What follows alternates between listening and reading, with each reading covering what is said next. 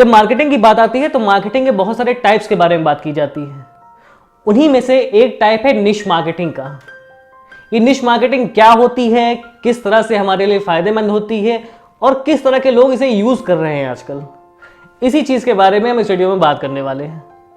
Subscribe करिए हमारे YouTube channel को और बेल आइकन को प्रेस करना ना भूलें, जिससे मिलते रहे आपको लेटेस्ट अपडेट्स। आज के ट्रेंड में जब मार्केटिंग की बात होती है तो ये कहा जाता है कि मार्केटिंग में बहुत ज़्यादा कंपटीशन बढ़ गया है और उस कंपटीशन को बीट करना, पहले से प्री एस्टेब्लिश्ड ब्रांड को बीट करना बहुत ज़्यादा मुश्किल काम है। आप बहुत कम पैसे के साथ या फिर बहुत कम एफर्ट के साथ ये काम नहीं कर सकते। अगर आपको एक प्री एस्टेब्लिश्ड ब्रांड को बीट करना है किसी चीज़ में तो आपको बहुत अच्छा पैसा इन्वेस्ट करना पड़ेगा या फिर बहुत ज़्यादा एफर्ट इन्वेस्ट करने पड़ेंगे और इसमें आपको बहुत सारा टाइम भी देना पड़ेगा, बहुत पेशेंस रखना होगा। इसलिए ये बात तो हो गई कि आप बड़े कॉम्पिटिटर्स को बीट नहीं कर सकते, लेकिन जब आप किसी इंडस्ट्री में किसी छोटी सी चीज को उठाते हैं, एक बहुत बड़ी इंडस्ट्री है और आपने कोई छोटी सी चीज उसमें से उठाकर उसकी मार्केटिंग करना स्टार्ट कर दिया। आपने ये बताया कि हम केवल इस चीज में डील करते हैं, हम इसकी मार्केटिंग करते हैं और हम इसमें स्पेशलिस्ट हैं, तो ये काम आपका निश मार्केटिंग हो जाता है। आप निश मार्केटिंग स्ट्रेटेजी यूज कर रहे हैं। नीश मार्केटिंग बेसिकली दो शब्दों से मिलकर बना हुआ है। मार्केटिंग के बारे में आप जान चुके हैं, बहुत पढ़ चुके हैं, लेकिन नीश क्या होती है?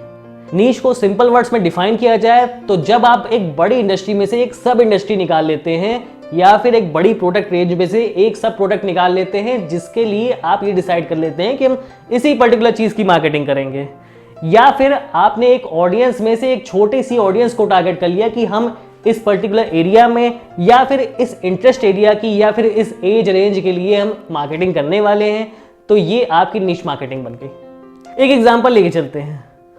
आप एक जूतों की दुकान खोलना चाहते हैं, एक शू वाली शॉप खोलना चाहते हैं।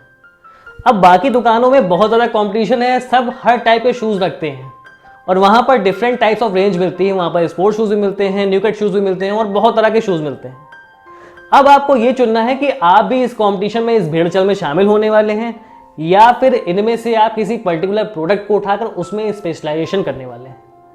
आपने ये सोचा कि आप एक स्पेशलाइज शॉप खोलेंगे और आप उसी के नाम पर उस चीज़ को प्रमोट करेंगे।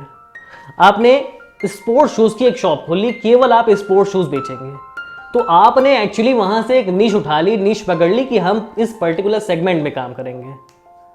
आपने केवल उन कस्टमर्स को टारगेट किया जो कि केवल स्पोर्ट्स शूज पहनना पसंद करते हैं या फिर वो किसी स्पोर्ट्स में इन्वॉल्व है, कोई खेल खेलते हैं। तो ऐसे लोगों को केवल आप टारगेट कर रहे हैं, तो मोस्टली आपके यहाँ वही लोग आएंगे और आपकी इस स्पेशलाइजेशन पे आपको कंपटीशन कम मिलेगा। दूसरी बात, कस्टमर के एक दिमाग में बहुत बड़ी बात होती है कि सामने वाला अगर स्पेशलिस्ट है, किसी चीज़ के बारे में विशेषतः जानता है, किसी चीज़ के लिए स्पेशलाइजेशन किया हुआ है उसने, तो वो आपको बाकी लोगों का प्रेफरेंस देगा। आपने डॉक्टर्स देखे होंगे, आज के टाइम पे बहुत सारे डॉक्टर्स अवेलेबल है मार्केट में, लेकिन जब आपको एक पर्टिकुलर प्रॉब्लम होती है, आप एक स्पेशलिस्ट के पास जाते हैं तो वहां पर आपको बाकी डॉक्टर्स के मुकाबले प्राइस ज़्यादा मिलती है, क्योंकि उस डॉक्टर ने एक्चुअली किसी चीज़ में स्पेशलाइजेशन किया हुआ है। वो या तो हड्डी रोग में स्पेशलाइजेशन किया हुआ उसने या फिर किसी और चीज़ में वो स्पेशलिस्ट है, इसलिए उसको फीस ज़्यादा मिल रही है। यहाँ पर उसने एक जनरल पर्पस डॉक्टर ना बन के एक निश को चुना हुआ है कि मैं इस पर्टिकुलर निश पे काम करता हूँ, मैं इस चीज़ का स्पेशलिस्ट हूँ। तो निश को इन द सेम टर्म्स आप स्पेशलिटी भी डिफाइन कर सकते हैं कि आपने ये चीज़ चुन ली, अब आप इसमें स्पेशलिस्ट हैं, तो सामने वाला कस्टमर कहीं ना कहीं आपकी तरफ अट्रैक्ट होगा।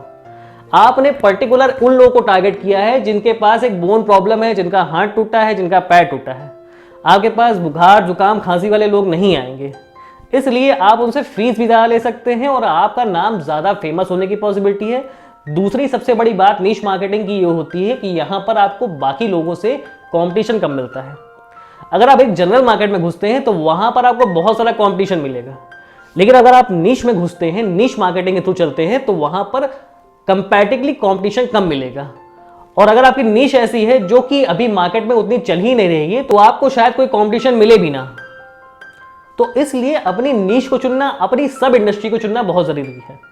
अब ऑनलाइन के बारे में बात करते हैं। हमने ये देखा कि अमेज़न सारे प्रोडक्ट बेच रही है, वो सारे प्रोडक्ट सेल कर रही है, उसमें सारे सेलर्स रजिस्टर्ड हैं और सारे कस्टमर उस पर आ रहे हैं। आज की डेट में अगर आप एक ई कॉमर्स स्टोर खोल लेते हैं कि मैं मार्केटिंग करूंगा, मैं भी ई कॉमर्स चलाऊंगा, तो अमेजन को टक्कर देना, उनसे कॉम्पीट करना किसी छोटे मोटे आदमी के लिए ये पॉसिबल नहीं है। वो दुनिया की सबसे बड़ी कंपनी बन चुकी है, इसलिए आप उन्हें कॉम्पीट नहीं कर सकते। उसके बाद मिंत्रा को आपने देखा, उन्होंने उन सारी इंडस्ट्रीज में से एक इंडस्ट्री चुनी कि हम केवल कपड़े बेचेंगे, हम केवल कपड़ों में डील करेंगे।